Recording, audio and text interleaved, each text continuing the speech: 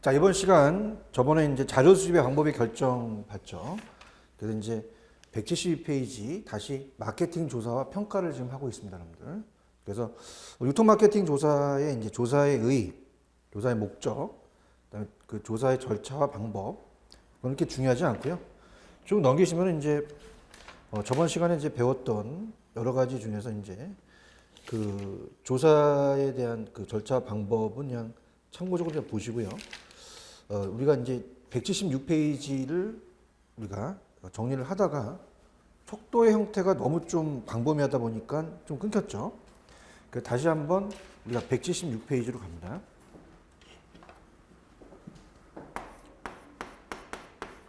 다시 한번 살펴볼게요. 여기가 이제 시험 문제 잘 출제가 되는데 우리가 지금 보는 게 자료 수집의 방법의 결정입니다. 그래서 자료 수집 절차와 이제 그 자료의 종류, 그래서 문제 정의가 되고 조사 설계가 끝나면 자료 수집 방법을 결정해야 되는데 자료 수집의 2차 자료를 이제 먼저 수집해서 1차 자료의 수집으로 이루어지는 거죠. 그래서 저번에 이제 요거를 다시 정리해 본다면 1차 자료라는 게 있었어요. 그래서 1차 자료는 우리가 어떤 당면 문제, 그래서 우리가 이 1차에 대한 당면 문제가 있죠. 그죠? 당면 문제를 따져서 1차 자료라는 것은 당면한 문제.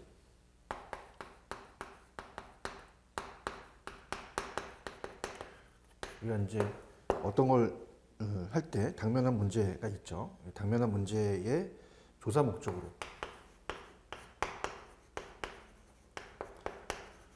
목적으로 별도 수집을 해야 됩니다. 수집해야 하는 자료가 우리가 1차 자료라고 볼 수 있어요. 그래서 이제 그 수집 방법이 저번 시간에 관찰법, 그 다음에 어떤 게 있었어요? 질문법, 그 다음에 실험법, 그 다음에 표적 집단 면접법, 우리가 FGI라고 하죠. 이런 게 있었습니다. 그래서 인터넷 수집 이렇게 해서 1차 자료예요. 근데 이거를 이제 우리가 그 활용을 하는 자체에 2차 자료가 있죠. 그래서 이제 2차 자료는 1차 자료를 위해서 이미 기존에 수집되어 있는 우리가 자료를 가지고 따집니다. 자, 어떤 게 있어요? 우리가 정부에 대한 통계라든지 여러 가지 통계를 낸 게 있고요. 통계라든지 또 어떻습니까? 간행물, 그 다음에 조사 보고서, 그 다음에 연구모 자료. 이렇게 쉽게 얻을 수 있죠. 쉽게 얻을 수 있는 자료다. 이걸 가지고 활용해서 1차 자료를 이제 우리가 수집을 하는 거죠. 그렇죠? 이런 식으로 이제 여러분이 생각하시면 돼요. 그래서 이제 그 척도라는 게 어려워서 저번 시간에 이제 제가 다음 시간에 한다 그랬죠. 그죠? 어떤 것을 조사할 때 척도라는 걸 씁니다. 우리가. 그러니까 척도의 형태가 있는데요. 이거 좀 어렵죠. 그래서 이제 제목 위주로 간다면 이제 면목 척도. 자, 이거는 이제 측정 대상의 특성을 분류하거나 확인할 목적으로 숫자를 부여하는 거예요. 그래서 분석 방법은 이제 교차 분석이나 부호 검정 이런 게 되고요. 그다음에 서열 척도라는 게 있습니다. 자, 얘는 이제 측정 대상 간의 순서 관계를 밝혀주는 척도다. 주로 정확하게 정량하기 어려운 소비자의 태도, 선호도들이 측정에 이용해서 양적인 비교는 제공하지 못한. 따라서 중앙값, 서열 상관관계, 그다음에 서열 간의 차이 분석 등을 행할 수 있으나 산술평균이나 표준편차와 같은 산술 계산은 이제 불가능하고요. 등가 척도입니다. 그러니까 등간 척도. 동일하다는 얘기죠. 동일한 이 속성에 대한 순위를 부여할 때 이 순위 사이의 간격이 동일한 척도. 그래서 이제 어떻습니까? 양적인 정도의 차이를 나타내며 해당 속성이 전혀 없는 절대적인 원점, 기준점이 아니죠. 원점은 존재하지 않는다. 이미 원점은 존재하지만 무의미하다. 그래서 예를 들어서 이제 온도 같은 걸 얘기합니다. 이런 게 이제 등간 척도가 되겠고요. 그다음에 이제 비율 척도. 자, 비율 척도라는 건 이제 등간 척도의 특성에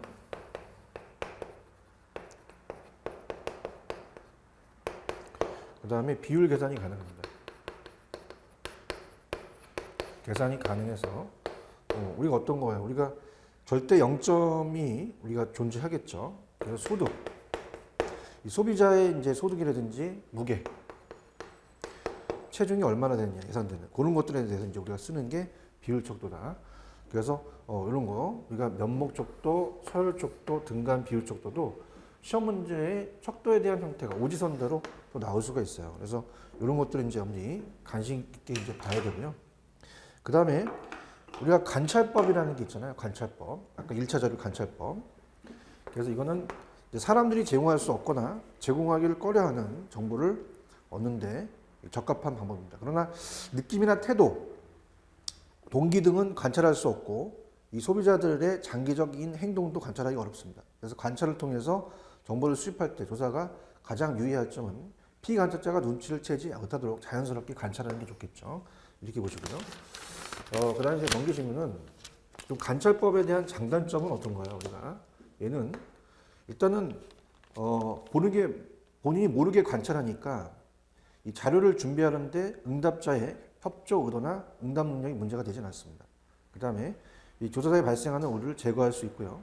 객관성과 정확성이 높죠.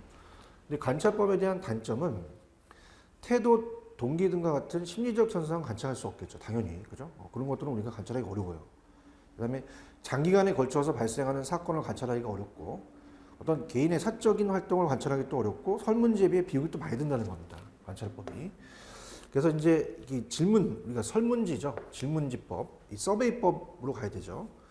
얘는 질문법은 이제 조사 대상자의 의사소통을 하면서 자료를 얻는 방법입니다. 그래서 시간과 비용이 적게 들기 때문에 가장 많이 사용하는 1차 자료 수집 방법으로 볼 수 있죠.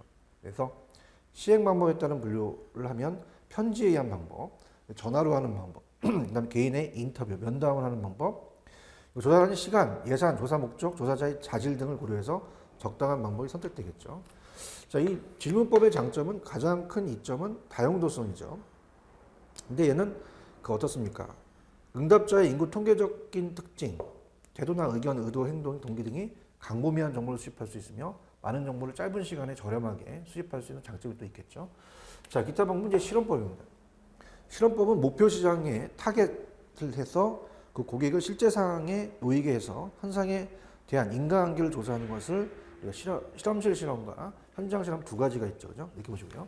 그 다음에 이제 FGI가 표적 집단 면접법입니다. 그래서 이 표적이라는 건 어떻게 돼요? 우리가 이 원하는 표적 집단을 선택을 해서 그 전문적 지식을 지닌 조사자가 8에서 12명, 응답자 집단, 고객 집단 등을 대상으로 해서 특정한 주체에 대한 자유로운 토론을 벌여서 필요한 정보를 획득하는 방법이다. 그래서 전문적으로 이제 FGI 같은 게 나올 수가 있죠. 그죠? 뭐 다른 것들은 이제 굉장히 간단하기 때문에 얘가 좀 여러분들 출제 빈도가 높습니다. 얘를 정확하게 보세요. 마케팅 조사에 가장 많이 이용되는 탐색적 조사의 방법이다. 그래서 가장 많이 쓰인다. 이렇게 보시고요. 그 다음에 이제 자료 수집 방법과 마케팅 조사 목적에 대한 관계는 뭐 관찰법은 탐색 조사. 그냥 제목만. 자, 이건 조사 방법이 탐색 조사고요. 그 다음에 실험법은 인가 조사. 그 다음에 질문법은 기술 조사. 그래서 1차 자료 조사로 가장 많이 이용되는 게 질문지법이다. 이렇게 보시면 됩니다. 자, 됐습니다. 이렇게 하고요. 그 다음에 이제 우리가 그 179페이지 가시면 표본 설계로 한번 들어가 볼게요. 6번째가 이제 표본 설계인데. 자, 얘는 이제 전체적으로 본다면요. 우리가 보통 전수조사를 한다 그래요. 전수조사. 그 다음에 이제 그 표본조사라는 게 있습니다. 두 가지가 있는데 전수조사는 전체적으로 하는 거예요. 그래서 우리가 모집단을 모집단을 전체 조사를 합니다.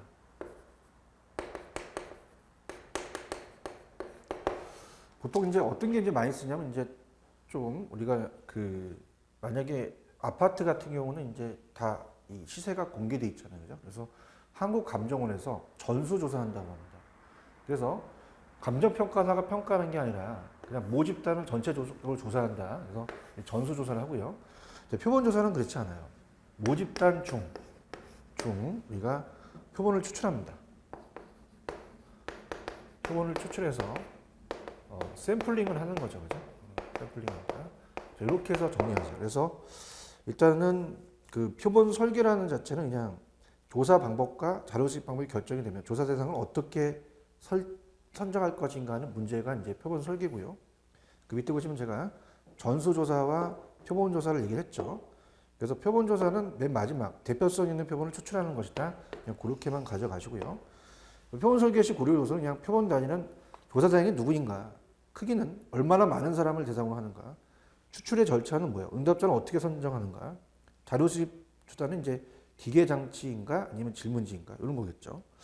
그래서 표본 이 추출 방법에 대한 그 추출 순서는 뭐 모집단을 정확하게 정의하고 표본 추출 방법을 결정하는 데인데요. 자, 만약에 이제 시험 문제가 나온다면 그 니은번에 표본 추출 방법을 좀 주의 깊게 보세요. 이거를. 그래서 크게 이제 확률,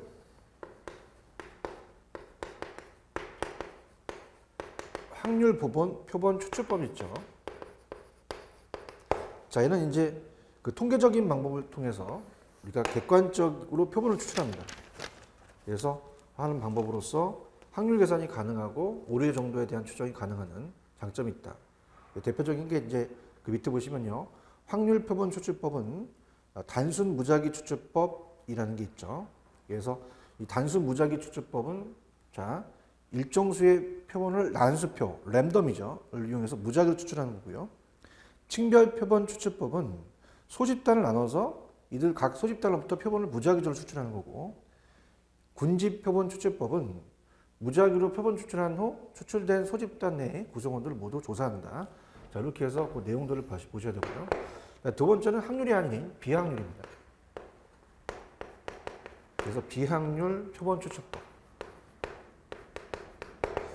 자, 이제 그 통계학적인 방법을 쓰지 않고 편의상 혹은 할당에 의해서 표본을 추출하는 가장 널리 사용되는 방법이 할당 추출법이라고 볼 수 있어요. 그래서 편의 표본 추출법이라는 건 임의로 선정한 지역과 시간대가 조사자가 원하는 사람들을 표본으로 선택하고, 판단 표본 추출법은 조사 문제를 잘 알고 있거나 모집단의 의견을 반영할 수 있을 것을 판단하는 특정 집단을 표본으로 선정하는 거죠. 할당 표본 추출법은 그냥 분류 기준에 있는 전체 표본을 소집단으로 분류하고 각 집단별로 필요한 대상을 추출해서 상업적으로 마케팅 조사에 널리 이용됩니다.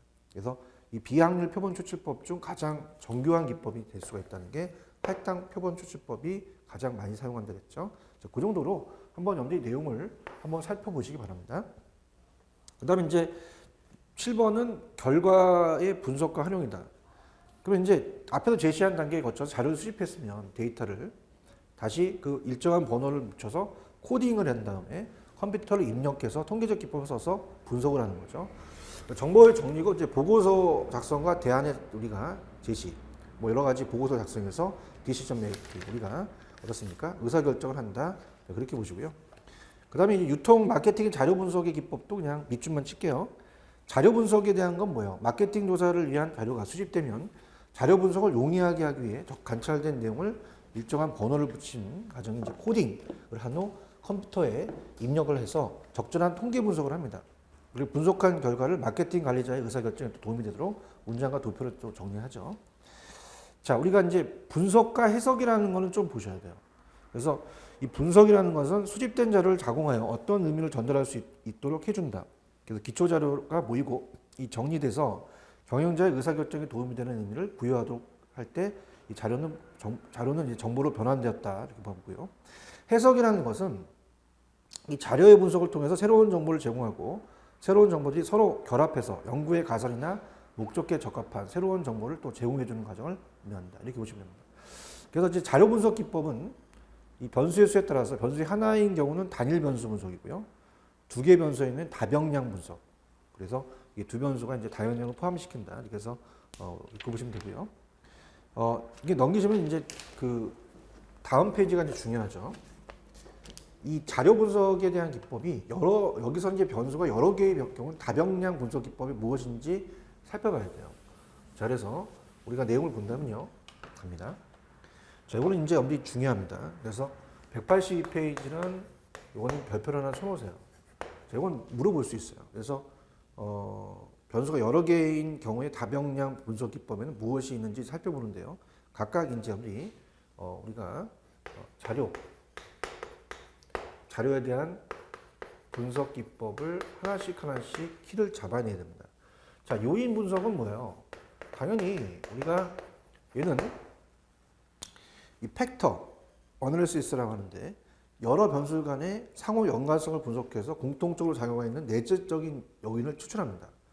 그래서 그 전체적 자료를 설명할 수 있도록 우리가 키는 변수의 수를 줄이는 기법이다. 자, 그 다음에 군집 분석.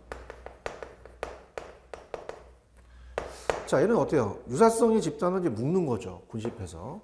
그래서 묶어서 조사 대상이 서로의 상호 연관성에 근거해서 동질적인 집단으로 이제 묶어주는 방법이다. 자, 이렇게 보시고요. 그 다음에 세 번째는 다차원 척도법. 자, 얘는 이제 그 소비자가 제품이나 상표에 대해 가지고 있는 인식을 근거로 해서 이 제품의 상품의 상대적 이치. 이 상대적 이치는 뭐냐면요. 우리가 이제 그 브랜드 포지셔닝을 얘기합니다. 브랜드에 대한 포지셔닝. 그렇죠? 그래서 브랜드에 대한 포지션을 얘기합니다. 그래서 어떤 위치를 얘기하는 거죠. 그래서 이 기법은 이제 제품 상표의 포지셔닝 전략에 유용하게 사용한다고 나와 있죠. 그래서 이제 상표, 브랜드하고 이제 포지셔닝이다. 그렇게 키를 잡으시고요. 그 다음에 이제 네 번째는 컨조인트 분석입니다. 얘는 이제 제품 구매 시 소비자가 중요하게 생각하는 제품 속성별로 그 속성의 수준별, 수준을 찾아서 우리가 최적의 신제품에 대한 개발에 사용한다는 게 여기서 키겠죠. 그래서 밑에 이 컨조인트 분석은 제품 대안들에 대한 소비자의 선호 정도에 따라서 소비자가 각 속성에 부여하는 상대적 중요도와 각 속성 수준의 효용을 또 추정하는 분석이다. 이렇게 보시고요. 자, 오른쪽에 이제 특히 이제 이 컨조인트 분석은 이제 그 응답자들에게 여러 속성 수준들의 결합으로 구성되는 제품, 프로파일, 대안들을 제시하고 응답자들은 각 프로파일을 대한 그들의 선호 정도를 답합니다.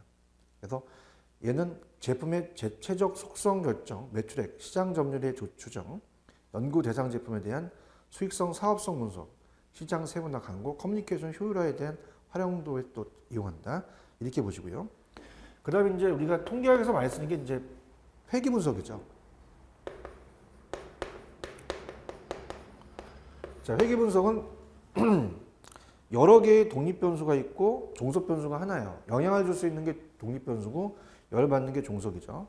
그래서 시장 지표 변수에 영향을 미치는 변수가 어떤 것들이 있으며 그 영향 정도는 어느 정도인지를 이제 파악해서 우리가 사용하는 거예요. 그래서 여러 개의 독립 변수가 있으면 독립 변수를 가지고 우리가 종속 변수를 찾아내는 거죠. 한 개로. 이렇게. 그래서 예측 대상 변수로 선정된 하나의 변수를 종속 변수로 하고 이에 영향을 미치는 것을 독립 변수로 한다. 그래서 이 독립 변수들과 종속 변수과의 관계는 회계식입니다. 뭐 회계식은 뭐 예를 들어서 뭐 y는 뭐 2xa다. 뭐 이렇게 이런 식으로 함수에 의해서 표현이 되고 여기서 이제 각 독립 변수가 종속 변수에 미치는 영향의 정도, 방향 등을 이제 회귀 계수라고 얘기하죠. 계수를 따진다 이렇게 보시고요. 자, 여섯 번째도 이제 통계에서 또 많이 씁니다. 저도 이제 논문에는 이제 회귀 분석도 쓰고 이 아노바 분석도 사용을 하는데요. 분산 분석이요. 얘는 이제 어떤 독립 변수의 값을 서로 다른 세분 시장 또는 목표 집단에 대해서 서로 다르게 했을 때 알려고 하는 종속 변수의 값이 각 집단별로 다른가를 통계적으로 검정하는 기법입니다. 그래서 니은번이 중요한데요. 그러면요, 각각 우리가 일원 분산 분석은 일원 분산 분석이라는 것은요. 자, 이거는 간단하게 독립도 하나, 종속도 하나입니다. 딱딱 이렇게 보시면 되고요. 그 다음에 이제 말 그대로 독립 변수 수가 두 개인 경우는 이원이다. 그래서 이원 분산 분석이라는 것은 자, 이건 독립 변수가 두 개가 되겠죠. 1원이 아닙니다. 2원. 그래서 독립 변수가 두 개고 종속 변수가 하나다. 그다음 마지막 이제 종속 변수의 수가 하나가 아니라 여러 개인 게 다병량입니다. 다병량. 다병량 분산 분석은 우리가 종속 변수가 여러 개다. 뭐 이렇게만 좀 체크해 보세요. 요거 정도는 여러분들이 가져가셔야 됩니다. 그래서 이렇게 있다. 이렇게 해서 세 가지 있는 걸 보고요. 그다음에 이제 일곱 번째는 이제 판별 분석. 판별 분석. 얘는 이제 우리가 어떻습니까? 사전에 정의된 둘 또는 그 이상의 집단이 어떤 측면에서 서로 구분이 되는지를 알아보는 거고요. 그 다음에 여덟 번째는 이제 어떻습니까? 커노니컬 클리어리죠. 그래서 회귀 분석과 우리가 이 유사한 분석 기법으로 회귀 분석의 경우는 종속 변수가 하나로 제한되는 반면에 얘는 종속 변수 여러 개 포함해서 이제 분석할 수가 있다. 이렇게 보시면 됩니다. 그래서 이 자료 분석에 대한 기법은 뭐 오지선다로 낼 수가 있을 것 같아요. 그래서 우리가 변수의 수가 주는 게 유인 분석이고 또 여러 가지는 이제 유사성 있는 걸 묶는다. 그다음 근집 다차원적 또는 상대적 위치는 이제 어떻습니까? 이 상표 브랜드나 포지셔닝 전략에 유용하다. 컨저인트는 어때요? 신제품 개발에 유효하다. 그 정도만 보시면 합니다. 우리가 뭐 회귀 분석이라든지 분산 분석은 많이 사용하긴 하는데요. 우리가 분산 분석이 이 세 가지만 1원은 독립 하나, 종속 하나, 2원은 독립둘, 종속 하나, 다병량은 종속 분석 여러 가지. 요것만 좀 체크하시면 됩니다. 다른 것들은 그냥 쭉 내용만 보시면 돼요. 자, 넘기시면 자, 우리가 그 마케팅 정보 시스템이라는 게 있죠. 자, 그래서 이것도 그냥 밑줄만 쳐보시는데요. MIS라고 하죠. 그래서 마케팅 인포메이션 시스템이라고 합니다. 그래서 마케팅 의사결정자들이 마케팅 활동에 대한 계획 수립, 실행 및 통제를 개선할 목적이고요. 그 필요성은 기업, 고객에 대한 정보 수집의 필요성이 증대되고 니은 각 경쟁에서 비가격 경쟁으로 마케팅 수단의 효율성에 관한 정보의 필요성을 증대시키며 이 한정된 자원의 효율적 이용과 시장 변화의 신속 대응, 소비자 욕구의 다양화가 필요성이다. 장점은 참고적으로 읽어보시고요. 그럼 이제 만약에 시험지에 나온다면은 이제 그 밑에 보시면 2번은 보셔야 됩니다. 2번은 좀 주의 있게 보시는데요. 자, 184페이지. 우리가 양가로 2번. 마케팅에 대해서 정보 시스템이 하이 시스템입니다. 정보 시스템에 우리가 하이 시스템. 자, 이건 좀 실제가 나올 수 있을 것 같은데요. 첫 번째는 이제 내부 보고. 내부 보고 시스템. 그래서 일상적인 정보를 기관 보고서를 통해서 경영층에서 이제 보고하는 시스템이고, 그 다음에 두 번째는 이제 마케팅 정찰 시스템. 자, 이거는 이제 판매원, 도소매 기관, 외부 정보 수집 전문가 등을 이제 활용하는 거고, 그다음 이쪽 마케팅에 대한 그 조사 시스템은 이제 기업이 직면하고 있는 구체적인 상황을 해결할 목적으로 필요한 자를 체계적 수집 분석하고 보고하는 거고요. 밑에 마케팅 의사결정의 지원 시스템은 그냥 통계적 도구 모형 최적화 과정이 있다고 이제 보시는데, 자, 우리가 시험 문제 나오는 건 185페이지 가시면, 자, 마케팅 조사하고, 자, 이거 어떻습니까? 마케팅 정보 시스템과 비교가 돼 있죠. 요거 한번 펼쳐놓으세요. 자, 여기 나오지 않을까 생각하는데, 마케팅 조사는 외부의 정보 취급에 치중하고요.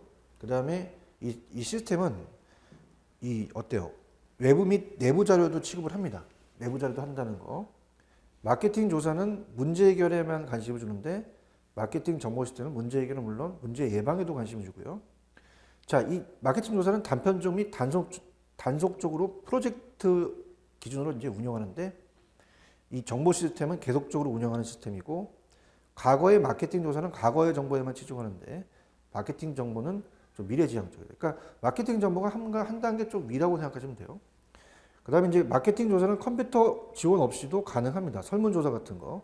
마케팅 정보 시스템은 컴퓨터를 이용해야 된다. 마케팅 조사는 마케팅 정보 시스템의 정보를 제공하는 하나의 자료, 원인이 되는데 마케팅 조사 이외에도 다른 하위 시스템을 좀 포함한다 그랬죠. 아까 하위 시스템이 있었죠. 그래서 이렇게 보시면 됩니다. 그래서 요거는 이제 나올 수 있을 것 같아요. 그래서 항상 시험 문제 오지선다로 나오는 게 마케팅 조사 중 아닌 거는 정보 시스템, 정보 시스템이 아닌 건 마케팅 조사. 그러니까 한 단계 좀 업데이트된 게 정보 시스템이다 이렇게 생각하시면 돼요. 그죠? 자, 이렇게 보시면 되고 넘겨보시면 이제 유통 마케팅에 대한 성과 평가도 그냥 읽어만 보겠습니다. 자, 밑에 유통 마케팅의 목표는 자, 두 번째 마케팅 판매를 하는 행위라고는 오래된 개념에서 벗어납니다. 이제 고객을 감동시키자 고객의 니즈, 욕구를 충족시키는 우리가 과정에서 새로운 관점에서 이해하는 것이 목표적이다. 이렇게 보시고요. 마케팅은 기업의 고객을 위한 가치를 창출하고 강한 고객 관계를 또 구축함으로써 그 대가로 고객들로부터 상한 가치를 또 얻는 과정이죠. 자, 맨 밑에 가시면 유통 마케팅의 목표의 평가의 유통 마케팅 목표와 성과 결과 기준은 목표 설정을 여러분이 보시고요. 고객 자산만 좀 체크해 보세요.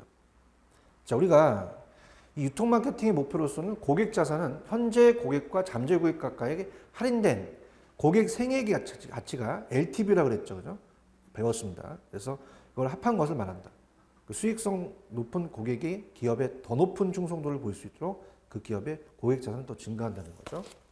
그 다음에 이제 오른쪽 고객 자산은 현재 매출 혹은 시장 점유율보다 더 나은 기업성과 지표일 수도 있다. 그래서 매출과 시장 점유율 과거의 기업 성과를 반영하지만 고객 자산은 또 미래의 성과를 반영하기도 한다. 체크하십시오. 그 다음에 밑에 보시면 마케팅 투자 수익률의 측정은 2번만 체크하세요. ROI라고 하거든요. 그래서 마케팅 투자로 발생한 순수익을 마케팅 투자 비용으로 나눈 걸 얘기합니다. 그래서 우리가 마케팅 ROI에 대한 명확한 정의는 아직 없는데요. 보시고요. 마케팅의 성과표는 그냥 밑에 마케팅의 성과표의 의의는 기업은 이제 브랜드 인지도가 있죠. 매출, 시장 점유율 등의 전통적인 마케팅 성과 척도를 근거로 해서 마케팅 수익률을 평가하고요. 또 기업은 이런 성과 척도를 모아서 마케팅 성과표를 또 작성하겠죠. 자, 넘겨보시면 이제 2번 유통업 성과 측정의 여러 차원을 한번 볼게요. 자, 효과성. 목표 대비 얼마나 달성되느냐. 자, 효율성은 어때요? 아웃풋과 인풋이죠. 그죠? 그래서 얼마만큼 일정한 비용으로 가능한 많은 산출물을 획득하겠느냐. 일정한 산출을 얻기 위해서는 소요되는 비용을 가능한 최소로 하겠느냐. 이런 얘기고요. 또 생산성도 있고 수익성도 있는데 참고적으로 보시고요. 자, 형평성은 이제 형평성 또는 공평성은 경영성과의 분배에 관한 거죠. 분배를 잘하자는 건 우리가 형평성이잖아요. 그죠? 그래서 보시면 되고요. 그 다음에 자, 오른쪽에 이제 영업 손익 평가라는 게 있어요. 그래서 이제 우리가 어떻습니까? 보통 밑에 오른쪽에 보시면 포괄 손익 계산서라는 게 있습니다. 이건 좀 볼게요. 자, 우리가 포괄 손익 계산서다. 그죠? 그래서 이 매출액에서 매출 원가를 빼면 매출 총수익이 나와서 판매비와 관리비는 영업 손익이 됩니다. 그러면 우리가 포괄 손익 계산서에 대해서는 우리가 공부를 해 놓으셔야 돼요. 자, 이건 앞쪽에서 좀 얘기를 들었었는데요. 얘는 일정 기간입니다. 일정 기간. 자, 우리가 변수가 유량 변수와 저량 변수가 있어요. 그러니까 일정 기간이라는 자체는 유량이에요. 플로우죠. 그래서 기간 동안 그러니까 이런 겁니다. 우리가 예를 들어서 유량이라는 자체는 돈에 대한 현금 수지예요. 내가 얼마 벌었다, 1,000만 원 벌었다, 내가 이자 비용이 5천만 원 나갔다. 많이 나갔다, 적게 나갔다 모르거든요. 그래서 기업의 성과에 따라서 재무제표를 따지는 것은 이런 것은 이제 재무상태표, 유량이다. 그래서 요거가 반대되는 게 이제 일정 시점에 대한 재무제표는 어떻습니까? 우리가 일정 시점이죠, 얘는. 그래서 일정 시점이기 때문에 얘는 절양이에요. 그래서 손익계산서와 재무제표상을 또 비교할 수가 있습니다. 그래서 재무상태표는 일정 시점이죠. 일정 시점의 절양 개념이에요. 그래서 우리가 스탁이라고 하죠. 스탁.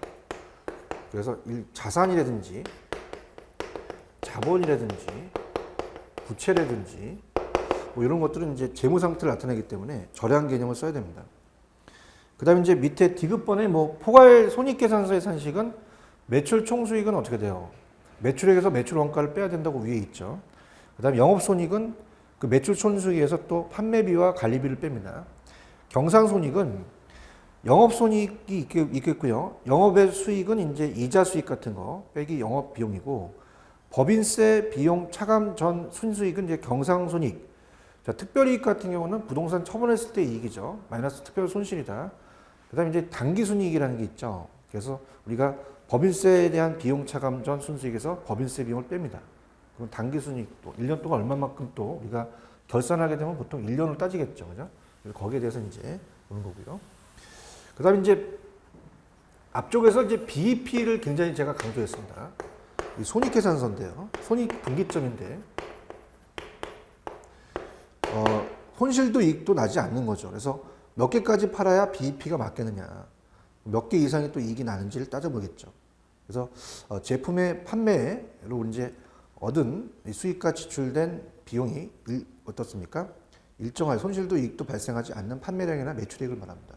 그래서 이 손익분기점을 구하면 우선 모든 비용을 고정비와 변동비로 분해해서, 또 고정비는 조업도에 관계없이 항상 일정한 거죠. 앞쪽에서 배웠지만 감가상각비 같은 우리가 이 어떠요 건물 같은 게 되고 임대료, 경영진의 보수, 그다음에 변동비는 조업도에 따라 비례적으로 변화하는 비용이다. 그래서 우리가 원재료비나 뭐 노무비, 판매 수수료가 같은 게 되겠죠. 이 손익분기점은 CVP 분석에서 이제 영업이익이 제로다. 그죠? 그래서 이제는 하나의 점에서 CVP 분석의 일부분이라고 할 수 있어요. CVP 분석은 이제 비용과 조업도가 이익에 미치는 영향을 분석하는 기법이다. 이렇게 봅니다. 자, 그래서 이제 어떻습니까? CVP 이제 분석은 원가 조업도, 이제 수익 분석을 얘기를 하는데요. 그렇게 한번 보시면 돼요. 그래서 일단은 여러분들 어떻습니까? 손익분기점에 대한 거는 예전에 한번 타 과목에서 한번 풀어봤었어요. 그죠? 그래서 매출액이라는 것은, 매출액은 변동비와 고정비가 같다. 그죠? 그래서 이거는 또 타 자격증 시험 문제도 한번 나온 적이 있었습니다. 매출액에 대해서. 그래서 이 손익분기점이라는 게 참 중요해서 나온 적이 있었는데, 자, 어떻습니까? 이거는 이제 매출액에다가 변동 비율이 있으면 이제 변동비는 매출액에다 이제 변동비율 곱해야 변동비가 나오겠죠. 그다음에 이제 매출량 곱하기 단위당 판매 가격은 이제 매출량에서 단위당 변동비, 고정비가 나오니까 이 손익분기점에 대한 매출량은 자, 고정비를 단위 판매 가격에서 단위 변동비로 나눈다. 고정비를 커버할 수 있는 볼륨, 조업도 판매량 이상이 되니까 판매량을 얼마큼 판매해야 되냐. 손익분기가 낮겠냐. 그래서 매출량을 이제 구하는 거죠. 그래서 이렇게 한다는 거. 그래서 이제 여기서는 영업손익의 평가죠. 그래서 이 포괄손익계산서는 일정 기간의 기업 성과를 나타내는 거고요. 그 다음에 이제 재무상태표라는 것은 일정 시점, 그래서 2015년 뭐 3월 20일 현재 이렇게 해서 나타나는 특정 시점이다. 이렇게 해서 정리를 하시고, 손익분기점이라는 자체가 또 어떤 건지 이렇게 보시면 합니다. 이 경영분석은 뭐 그렇게 중요하진 않아요. 재무제표를 중심으로 한 재무정보나 기업 내외의 여러 정보를 이용해서 기업 활동의 적부를 심사하거나 기업 적을 평가하는 것을 말한다.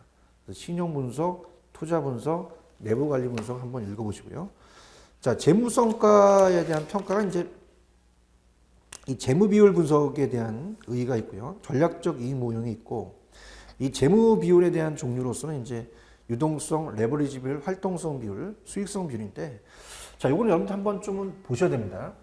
우리 문제가 이제 물론 뭐 계산 문제가 나올 수도 있고 그렇기 때문에 이 재무 비율 분석이에요. 그래서 자, 재무 비율은 자, 첫 번째 보는 게 이제 유동 비율이라는 거죠. 그래서 유동 비율이라는 것은 단기 채무에 수당할 수 있는 유동 자산이 얼마나 되는지를 나타내는 비율입니다. 그래서 기업의 단기 채무 지급 능력을 얘기해요. 그래서 당연히 위에는 유동 자산이 올라가고 유동 부채가 내려가겠죠. 그죠? 얼마큼 되느냐. 그렇게 보시면 되고요. 그 다음에 이제 당자 비율이에요. 당자 비율은 이제 마찬가지로 요게 당자만 바뀌고요. 그죠? 그 다음에 요게 당자가 되겠네요. 당자 자산. 그래서 유동 자산 중 용이하게 현금화할 수 있는 당자 자산만으로 단기 채무에 충당할 수 있는 정도를 측정한다. 자, 그 다음에 레버리지죠. 레버리지 비율은 기업의 타인 자본에 대한 의존도를 나타냅니다. 부채 비율 또는 이자 보상 비율을 우리가 따지는데, 자, 우리가 부채 비율이라는 것도 시험에는 타 자격증에도 나와요. 그래서 부채 비율은 이제 부채가 올라가죠.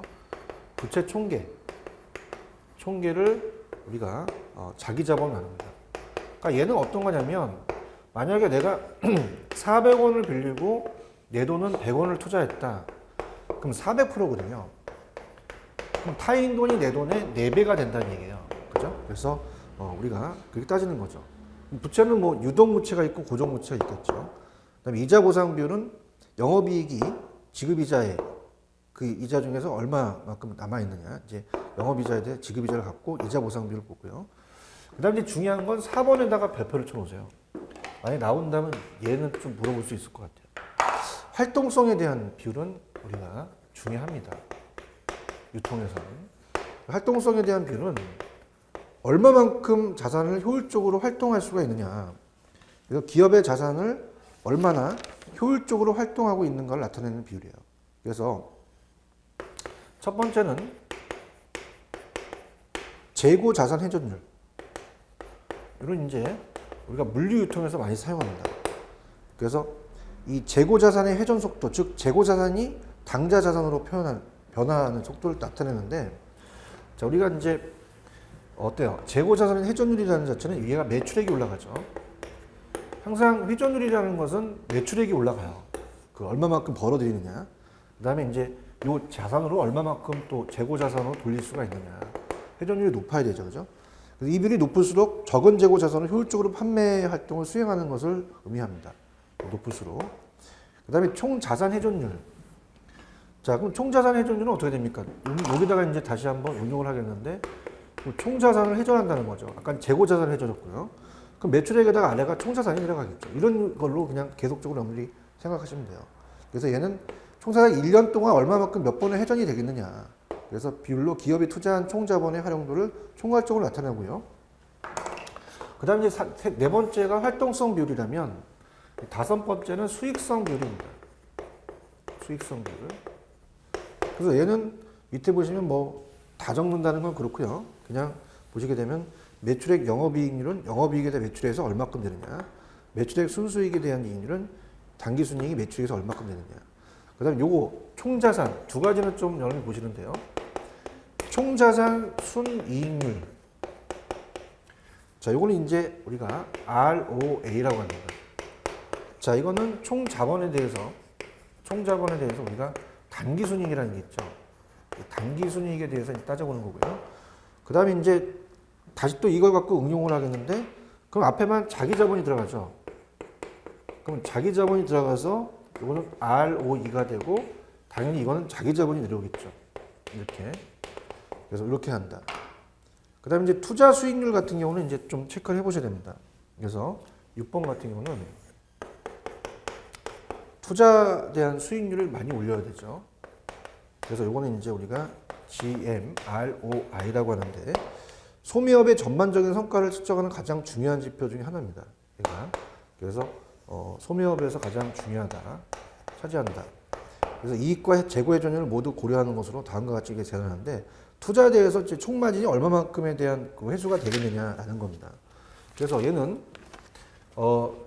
일단 투자에 대한 수익률, 항상 무슨 율 그러면 알고 싶은 게 올라가거든요. 그래서 평균 재고 자산으로 나눈다.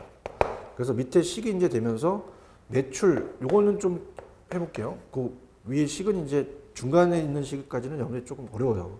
그러니까 매출액과 매출액이 이제 상계 처리하니까 어때요? 그 두 가지만 남는 거죠, 그죠? 그래서 투자 수익률, 매출액 평균 재고 이제 매출액과 매출액이 지워지니까. 그럼 요거는 매출 이익률에다가 재고 자산 회전율을 곱한다라는 게 혹시 또 나올 수 있겠죠, 그죠? 그래서 매출액 이익률은 총이익률로, 재고 자산 회전율은 재고당 판매비로 나타납니다. 그래서 한편 이제 제품 구색을 계획할 때 고려할 중요한 요소 중에 하나가 공간입니다. 그래서 따라서 이제 매장 공간당, 자, 우리가 요걸 한번 밑줄 쳐보시는데요. 매장 공간당 총 이익 회수율이라는 게 있다. 이건 어떻게 돼? 매장 공간당 총이익을 수익을 나타내는 거죠, 그죠? 그래서 유통 매장이 지금 뭐 1000제곱미터다. 그러면 제곱미터당 어떻습니까? 총이익 수익률은 얼마냐? 이런 거죠. 그래서 총이익과 재고당 판매비율, 재고 강도, 매장 공간 생산성에 영향을 주는 거죠. 뭐 그다음에 이제 다른 것은 뭐 그냥 내용만 볼게요. 경제적 이 가치 분석은 EVA라고 합니다. 그래서 이 전략적 이익 모형에 초점을 둔 변수로서 이외에 경제적 가치 분석 기법이 사용되기도 하는데요. 자, 이건 밑에 보시면 세후 영업이익에다 총 자본 비용을 뺀다 그렇게 보시고요. 그럼 경제적 가치 분석의 유용성은 전략적 이익 모형과 같은 성과 기법이 자본 비용을 고려하지 않고 있기 때문에 그냥 자본 비용에 초점을 맞춘 경제적 가치 분석에 사용되고 있다. 그렇게. 그래서 경제적 가치 분석을 통해서 자본이 보다 효과적인 사용을 유도할 수 있을 뿐만 아니라 유통 경로의 성과를 또 극대화할 수 있다. 이렇게 보시고요. 그 다음에 경로 구성원에 대한 평가는 이제 밑에 활동 기준 비용 평가와 직접 제품 이익 평가 등이 있다. 세 번째 줄 있죠. 그 정도만 체크하시고요. 밑에 보시면 이제 이 경로 구성에 대한 그 고온도 평가 방법은 이제 이 활동 기준 비용 평가는 1988년 쿠버와 카블란에 의해서 처음 소개됐다. 상품을 생산하는 데 필요한 활동을 기준으로 한다. 그래서 활동 기준 비용 평가입니다. 그래서 밑에 물류 생산 서비스 기술 마케팅 판매 관리에 소요되는 비용은 물론이고 정보 원천 비용을 포함하고요. 디귿 총 비용의 확인과 함께 이 비용을 구체적인 경로 기능과 흐름의 성과를 또 배분해야 한다. 자, 리을번만 체크하세요. 활동 기준 비용 평가를 수행하기 위해서는 우선 손익계산서에 나타난 회계자를 유통 기능별로 재구성해서 재분류한 다음에 또 두 번째는 이제 그 각각의 경로 대안별로 기능 비용을 할당한 다음에 그 세 번째는 단계는 경로 대안별로 비용 수익을 이제 분석한다. 그렇게만 보시면 됩니다. 그다음에 이제 아까 제가 직접 제품 이익 평가라는 게 있었죠. 넘기시면은 얘는 그 미국에서는 이제 GMROI와 함께 직접 제품 이익을 중요하게 여기고 있는데요. 읽어볼게요. 어떤 두 제품의 재고량이 같아도 제품별 지불 조건이 모두 다르기 때문에 재고 유지 비용은 다를 수도 있습니다. 소매상이 제품 매입 대금을 지불하기 전에 제품을 판매한다면 재고 유지 비용을 또 줄일 수가 있기 때문에 이처럼 제품에 따라 실제 판매비가 달라지기 때문에 소매상은 각 제품이 점포이익에 얼마나 직접적으로 영향을 미치는지를 주의를 기울이는 거죠. 직접 제품 이익 평가입니다. 그래서 밑에 보시면 이제 DPP에 영향을 주는 요인은 뭐 총 판매 이익, 회전율, 대금 지불 기간이나 보조금, 물류, 창고 수송 물류 비용과 판매 촉진 판촉 비용. 그래서 이제 니은은 이제 이런 게 어떤 지불 조건을 보다 미리 판매 그리고 비용을 또 줄일 수 있느냐. 그래서 이런 것들 보시면 되고. 그래서 어떤 제품에 대한 재고량이 같아도 제품별 지불 조건이 모두 다르기 때문에 재고 유지 비용은 다를 수도 있다는 얘기예요. 그래서 소매상이 제품 매입 대금을 지불하기 전에 제품을 판매한다면 재고 유지 비용을 또 줄일 수 있다는 얘기죠. 미리 판매하는 그 비용을 줄인다는 얘기입니다. 그 다음에 리얼의 이제 DPP는 직접 제품 이익을 추구하는 과정에서 유통 경로상에서 발생되어 제품 비용에 영향을 미치는 항목들, 직접 제품 비용을 모두 원가 계산에 반영을 한다. 그래서 여기서 직접 제품 비용은 이제 크게 세 가지 원천, 직접 창고 비용, 수송 비용, 직접 점포 비용이 있다. 자, 그렇게만 가져가세요. 자, 그래서 이번 시간에는 이제 유통 마케팅을 이제 그 정리하는 시간인데요. 자, 저번 시간에 이제 제가 그 176페이지 가시면 자료 수집 방법을 결정을 하다가 이 척도가 조금 중요하기 때문에 다음 시간에 한다 그랬죠. 그래서 우리가 2차 자료를 이미 수집되어진 자료를 가지고 활용해서 1차 자료. 거기서 이제 FGI 같은 게 중요하다. 그 다음에 이제 척도는 4가지 척도가 어떤 게 있는지 찾아보시고요. 그 다음에 중요한 거는 뭐 179페이지 가시면 표본 추출이 확률 표본과 비확률. 그 다음에 넘기시면은 우리가 그 182페이지의 자료 분석 기법, 요인, 군집, 다차원, 컨조인트 분석. 특히 컨조인트 분석을 좀 주의 있게 보시고요. 회귀 분석, 분산 분석은 또 어떤 게 있는지. 그다음 넘기시면 185페이지 가시면 마케팅 조사와 마케팅 정보 시스템이 있죠. 그 하이 시스템이 또 어떤 것들이 있는지를 보고 마케팅 조사와 마케팅 정보 시스템을 비교하셔야 되고요. 그다음에 넘기시면 유통 마케팅의 성과 평가인데 고객 자산이라는 게 중요하죠. 그래서 얘는 미래 성과를 반영한다. 그다음에 넘기시면은 자, 영업 손익 평가의 188페이지 손익 계산서는 유량이고 재무제표는 어떻습니까? 우리가 재무상태표는 저량이다. 그래서 그렇게 보시고 손익분기점에 대해서는 조금 깊게 보시기 바랍니다. 손익분기점 출제될 가능성이 있어요. 그 다음에 넘겨보시면 재무성과에 대한 유동성에 대한 비율이라는 거와 그 다음에 활동상인데 활동상 비율이 중요했죠. 재고자산 회전율 정도를 꼭 기억하시고요. 그 다음에 투자 수익률도 중요합니다. 그 다음에 이제 어떻습니까? 그 경제적 가치 분석은 그냥 참고하시고 경로 구성에 대한 평가는 우리가 활동 기준 비용 평가와 직접 제품 이익 평가 2가지를 비교하시면 될 것 같습니다. 자, 이렇게 해서 유통 마케팅을 마치도록 할게요. 유통 마케팅 정도는 이제 우리 그 지금 어때요? 4장으로 챕터가 돼 있죠. 그래서 중요한 건 제 1장 유통 마케팅의 전략 계획과 유통 점포 관리가 중요합니다. 그래서 그거 위주로 여러분이 꼭 공부를 하시기 바랍니다. 자, 여기까지 유통 마케팅을 마치도록 하겠습니다. 여러분들 수고하셨습니다. 감사합니다.